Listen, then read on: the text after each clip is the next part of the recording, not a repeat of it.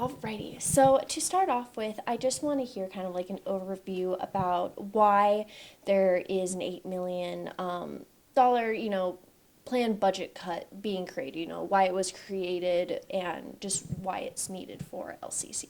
Sure. We have a board policy that states we need to have a 10% ending general fund balance at the end of each year. If we don't have that, if we have 9% or less, we have to bring a 3-year plan to the board.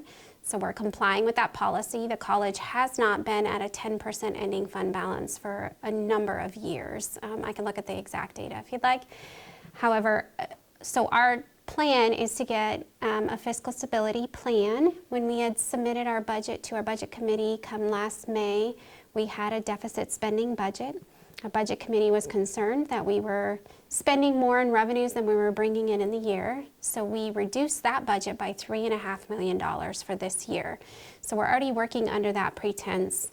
Half of that is a vacancy savings threshold, which means we have, for example, if we had 100 positions, maybe we have 10 of those positions vacant, so you don't spend money in that year. We are finding that vacancy savings is challenging and we don't have that many positions open, so we need to make sure those are funded in our next year.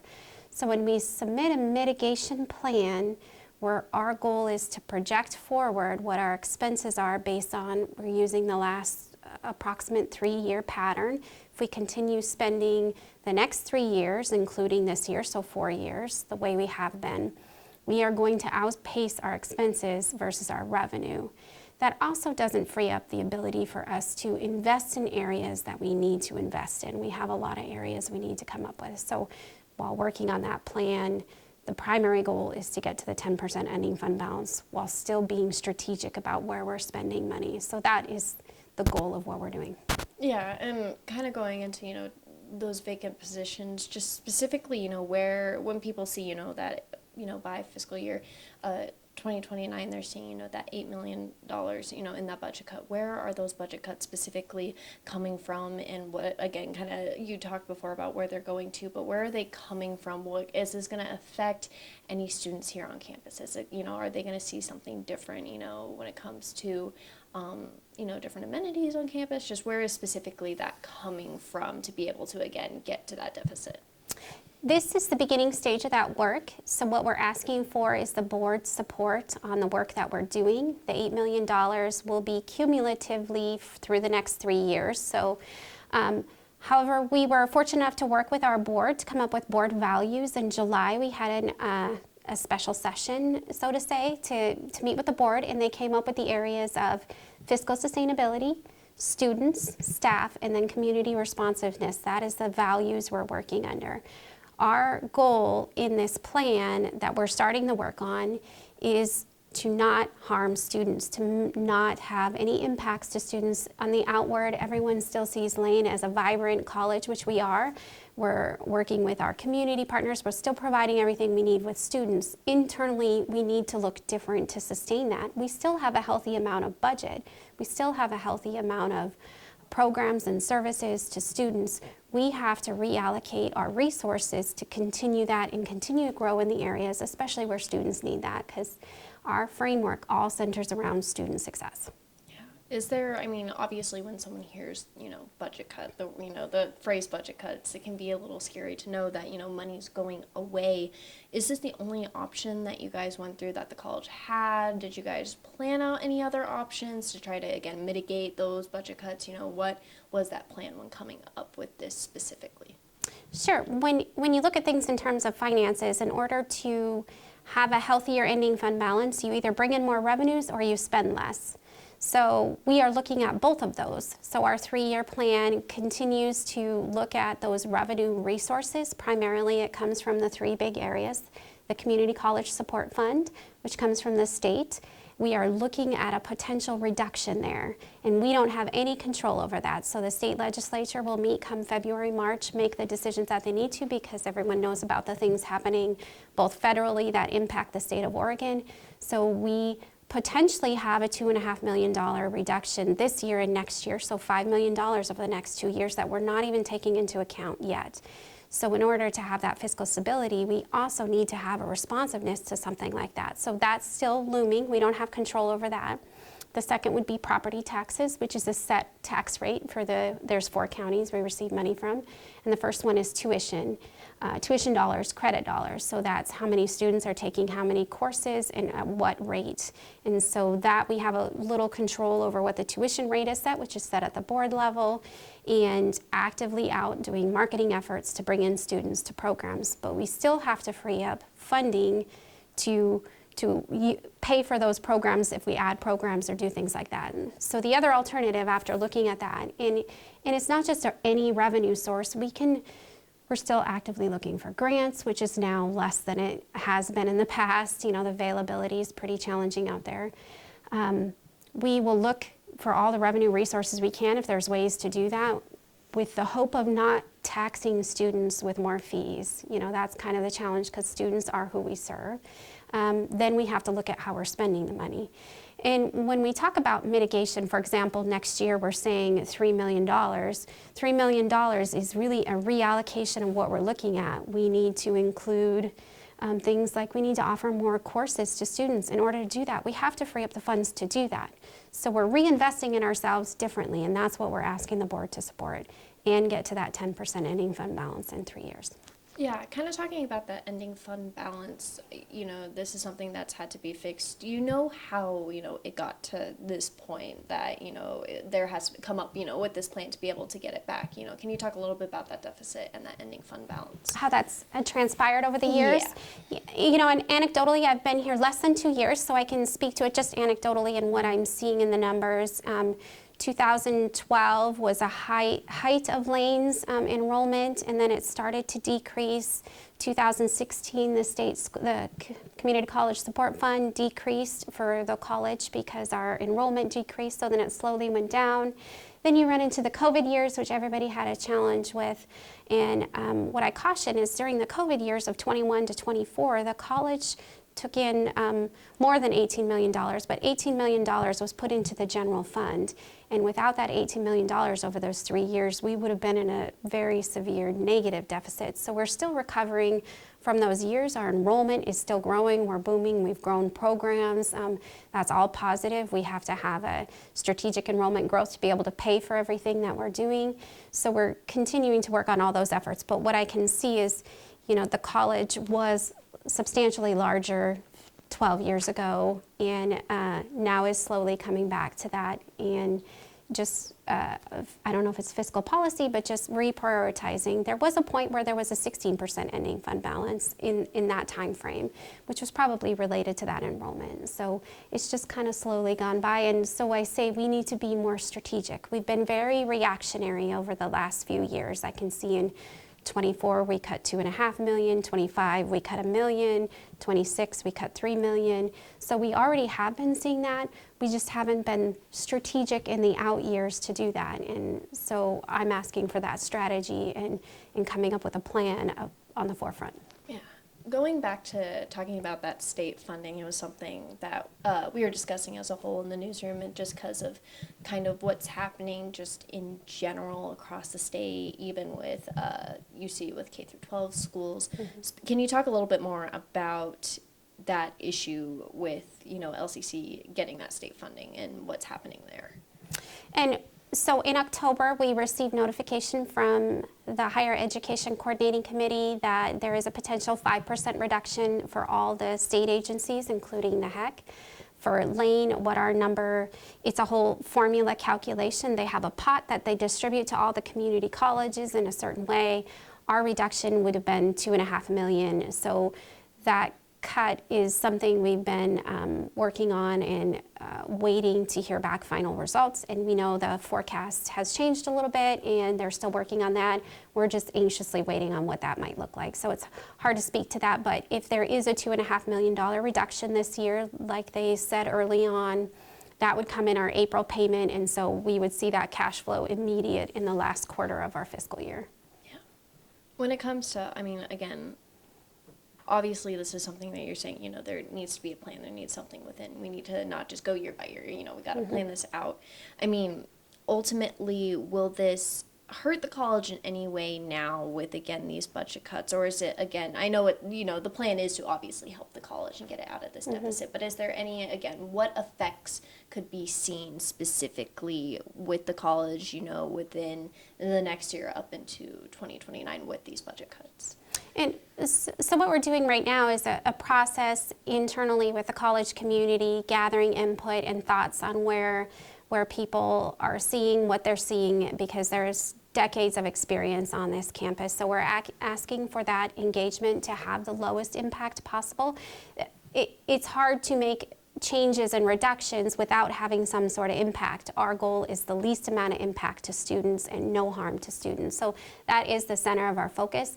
We don't have the $8 million planned out. And so what we're doing at this phase is saying we're going to start that, and without board support, it's hard in the culture and climate to keep moving forward if the board isn't going to support it. So we're asking them to support this. We will do the work. We are asking for the input. We have a governance system with our community partners in the college. We have college council, a budget development subcommittee that we plan on engaging in that process.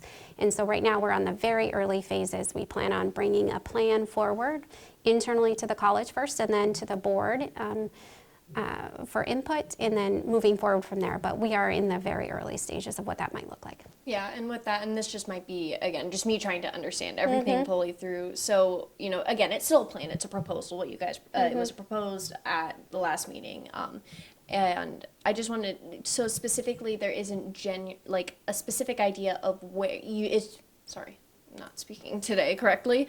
When it comes to that $8 million, it's not necessarily known where that's kind of going to come from, where that $8 million is going to be, cut from. It's just that this number needs to happen. Yes. Okay, perfect. Just again, me wanting to fully understand. Kind of going back to the board meeting, they wanted more time to look it over and the proposal. I want to know if you would think that's a good thing or a bad thing from presenting it. I know there was, some talk between the board members at the meeting, we want to get this through now. It's, you talked about that special session back in the summer.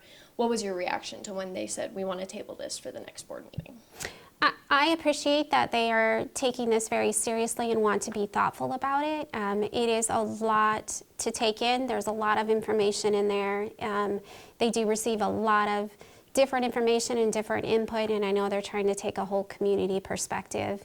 I am hopeful that come January they will approve it, and I'm hoping we talk through that enough so they understand that and realize our situation, especially given their top priority is fiscal responsibility and moving forward. So I'm hopeful, and I appreciate that they're taking the time to look through that, and I'm happy to keep engaging and working through that. The thing I emphasized at the board meeting that I'll still emphasize to the board is that in order for us to be really thoughtful and strategic about how they do that, especially if there is an additional state cut on top of this, we need to start that work now. And if there's not support to start that work now, it's going to be a continual challenge to keep moving forward in a very thoughtful and strategic way. We can keep reacting, but reacting is not a good approach. We can keep doing that, and that's what we'll end up doing if we keep kicking this can down the road. And if we can get to the point where I'm saying we need to get to where we've paid off internal deficits and we've have that 10% ending fund balance, we will have freed up more availability to continue to grow and expand. And so I'm hopeful. That's what I'll say. I'm hopeful. Yeah. Kind of going into comments, again, I talked with Adirenne Mitchell from LCCEA. Just kind of, again, talking with her, the, groups like the union are against the budget and specifically the budget cuts. And I talked again, like I said, with Adirenne yesterday, and she said, quote, they're the body that needs to have a review of the budget and public hearing about any proposed changes when they're adapting the full budget, but they have not been convened. Will this happen? Kind of a response to her. Who's they haven't been convened? Is she alluding to? Is that the public meetings of being able to discuss this budget?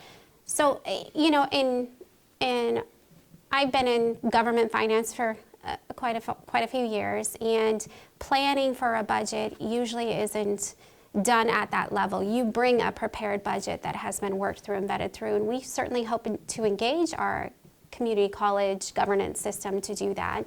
And so we need that participation and that continual flow, and we have some great people on campus helping us work through that. And so that is the process, and then bringing forward what the board supports on a financially philosophical and working through that. That is a typical process. There's been some concern that we're violating Oregon budget law by bringing forward this 3-year mitigation plan, so I'm wondering if that's why I'm questioning if that's part of it. Just to cover our bases, we have met with Oregon Department of Revenue on 2 or 3 occasions to make sure this isn't, and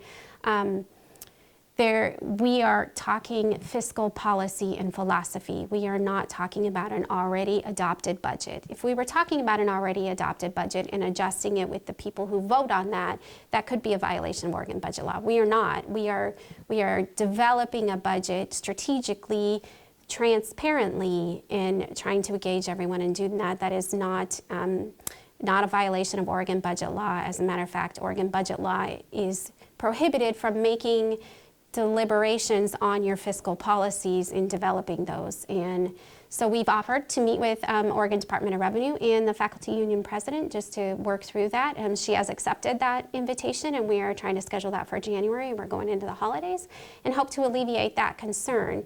What I would also say is we do see a lot of our local partners, such as the school districts, they are working through the same thing in a very similar process. Oregon budget law is more strict for K-12s, and they are working through that system. So I just use that also as a comparison, as another factor of this is not abnormal. It's not an abnormal process to develop and plan a budget. It's a responsible thing to do, and we also are trying to do it transparently. Absolutely. Well, I think that answers my next question too it was Adrienne talking about Oregon budget law. I think those are all the questions that I have. If there's anything else you want to add specifically on this proposal, about anything that was said at the board meeting, any, again, concerns that have been raised at all? No, I appreciate the time, and I'm, again, just hopeful we'll continue to move forward and come up with a really collaborative, strategic, and transparent plan, because that is our goal. My goal since I've been here at Lane is to work towards having a better, more strategic budget that is working with the college community, and I'm hopeful we'll get there. So just to start off with, kind of going into, that candlelit vigil that you guys had on Wednesday right before the Board of Education meeting, and talking about specifically those budget cuts in general. Can you talk a little bit about that, why LCCEA is kind of, in protest of these budget cuts, what your knowledge is of them, where they're coming from, and what they'll do to the college? Sure. So we were having a candlelight vigil on Wednesday before the board meeting in order to really shine a light and highlight the need to restore democracy at the LCC Board of Education. Because the board is our highest governing body for the institution, and these are our publicly elected board members who the voters, the people of Lane County, elected to make the critical decisions that impact our campus and our community at large. And so it's really important for us, for faculty, for students, for the community, that there are open meetings where board members are discussing these critical issues, including program cuts and service cuts, and having those in an open forum where there's an opportunity for public comment and for the community to weigh in. Yeah, and we obviously, we saw the decision that happened on Wednesday in particular when it comes to pushing that vote into January, but specifically allowing the budget committee and staff to kind of continue on with those budget cuts. Can you describe a little bit of LCCEA's kind of reaction to that, what that means? Is it a good thing? Is it a bad thing? Is it kind of in between? What was the reaction to that decision on Wednesday? Well, we think it's generally a really good thing that the board has not voted on the proposed budget plan, because it's important for the community at large that the board convenes the budget committee. So Oregon local budget law requires that there be a budget committee that includes not only the publicly elected board members, but also there's 7 community appointees. And they're the body that needs to have a review of the budget and a public hearing about any proposed changes when they're adopting the full budget. But they have not yet been convened. So we think that's really important, that the public be involved, that there be a public hearing, so the community can be aware of what's going on. Absolutely, and I know a lot of, what LCCEA talks about. It was talked about a little bit afterwards when they had that budget hearing, kind of going over that proposal. It was talking about Oregon budget law. Can you talk about, to people who don't necessarily know what that is, you guys are citing it a lot when it comes to, again, creating these budgets. What is that in particular, and how is it addressed in this case, in this specific budget cut? So that's a great question. So the Board of Education, those are our 7 publicly elected board members, and the full budget committee includes the 7 publicly elected board members plus their 7 community appointees. And there are a set of steps that have to take place under Oregon local budget law that include convening the budget committee and having a public hearing, a presentation of the proposed budget, and so on. And none of those steps have taken place yet. So it's really asking the board to make a vote on not only next year's budget, but 3 future years' budgets, in our opinion, is premature because the budget committee has not even had an opportunity to begin their work yet. Yeah, and I was watching through. It was a long meeting. It was 5 hours. So Yes. for what I while I was at work going through it, looking at public comment, obviously kind of a different range. I know you spoke, but a lot of different people spoke on a lot of different topics. But then again, they also had gave that proposal, and the people giving that proposal brought up Oregon budget law, saying that necessarily what they were doing right now. Again, this is just me from briefly looking it over. They were saying that it doesn't really apply. What is your knowledge of that, and why would you think that they're saying that this doesn't necessarily apply to what they're doing for the proposal? So we have had advice from 2 attorneys who wrote a memo that we shared with the Board of Education to express concerns that what asking for a vote and voting on cuts for 3 future years would not be consistent with the law because of the things that I mentioned before about not yet convening the budget committee or having that public hearing that's required by the law. Even though what is being presented right now is being called a plan, we're concerned that the plan actually includes a lot of detail and that it's more than just a plan. In addition, we have some questions about the current status of the budget because the fiscal audit from last year is not yet available. And in addition to that, the most recent fiscal audit, which is for FY24, this is where we have a third-party independent auditing company that reviews the accounting practices. They found significant deficiencies in the accounting practices, and for that reason, LCC had to submit a corrective plan to the Oregon Secretary of State. So we feel that there's a lot of information that's not yet available, especially the most recent fiscal audit. When it comes to obviously this vote that they're talking about is they're planning for it to happen in January at the January meeting. What do you think, obviously the main goal of this would be able to have those meetings, to be able to talk it out and, express those concerns to try to work something out. What happens if that doesn't happen? What is, LCCEA's kind of plan to do once that happens? What, again, kind of going into Oregon budget law, they're supposed to do this, but what happens if they don't?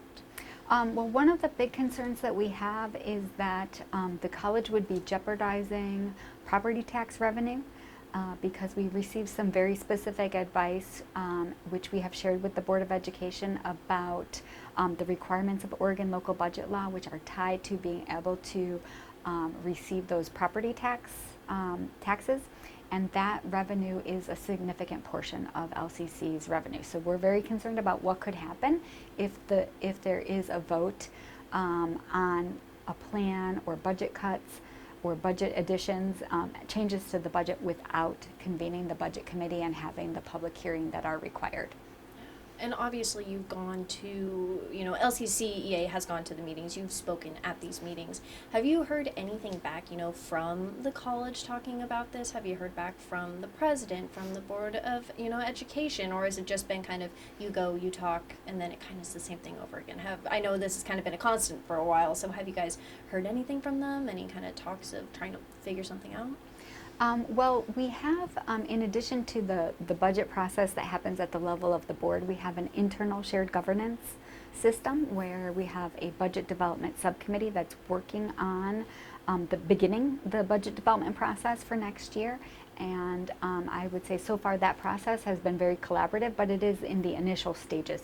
So that's another reason why we think that this asking the board for a vote is premature, because we haven't gone through that whole process. We also don't believe that there is a need for making cuts at this time, or especially for the next 3 years, because of the fact that we don't have all of the information, even from last year, available yet. But in addition to that, some of the forecasts for those future years include really high exaggerated expenses that are very far outside of the average.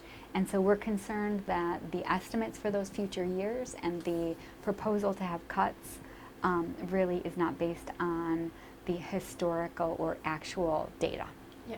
So kind of wrap-up question before I kind of talk about numbers. What does LCCEA, what do you guys think needs to happen? Do you think that this is just, we don't need the budget cuts, shouldn't happen, or is there something else that should be kind of brought in, that the Board of Education and the president and, again, that staff, take into consideration instead?